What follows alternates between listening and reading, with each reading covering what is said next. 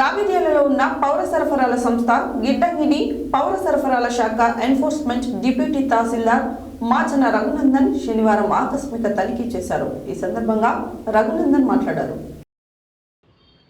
రావిర్యాలలో ఉన్న పౌర సరఫరాల సంస్థ గిడ్డంగిని పౌర సరఫరాల శాఖ ఎన్ఫోర్స్మెంట్ డిప్యూటీ తహసీల్దార్ మాచన రఘునందన్ శనివారం ఆకస్మిక తనిఖీ చేశారు. ఈ సందర్భంగా రఘునందన్ మాట్లాడుతూ కొందరు డీలర్లు తమకు రేషన్ స్టాక్ ఇంకా అందలేదని ఫిర్యాదు చేశారని, ఈ జాప్యంపై గిడ్డంగి వద్ద ప్రశ్నించిన లాభం లేదని చెప్పడం సమస్య తీవ్రతను చెప్పకనే చెబుతోందన్నారు. గిడ్డంగి నుంచి ఆయా చౌక దుకాణాలకు రేషన్ను నిర్ణీత గడువులోగా చేరవేయడంలో విఫలమైన వారిపై చర్యలు తీసుకోవడం జరుగుతుందని స్పష్టం చేశారు.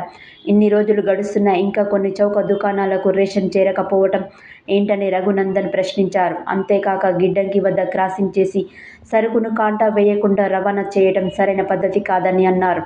ప్రజా పంపిణీ వ్యవస్థను ప్రహసనం చేసేలా ఎవరు నిర్లక్ష్యంగా వ్యవహరించిన వాళ్లను ఉపేక్షించే ప్రసక్తే లేదని చర్యలు తీసుకోవడం ఖాయమని రఘునందన్ అన్నారు. గిడ్డంగికి వచ్చిన పలువురు డీలర్లు ఈ సందర్భంగా స్టాక్ తమకు ఆలస్యంగా వస్తోందని, తద్వారా ప్రజా పంపిణీ ఆలస్యంగా జరుగుతోందని రఘునందన్కు లిఖితపూర్వకంగా ఫిర్యాదు చేశారు.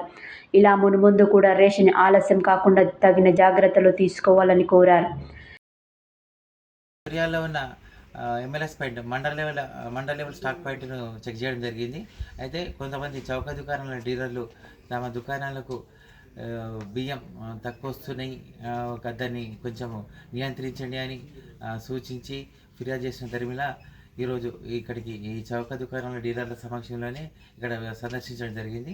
అయితే ఏ ఒక్క డీలర్ కూడా వాళ్ళకు ఇక్కడి నుంచి గాంట మీద వేసుకొని పోవాలి, అంతేకాకుండా క్రాసింగ్ అనేది జరపొద్దని సూచించడం జరిగింది.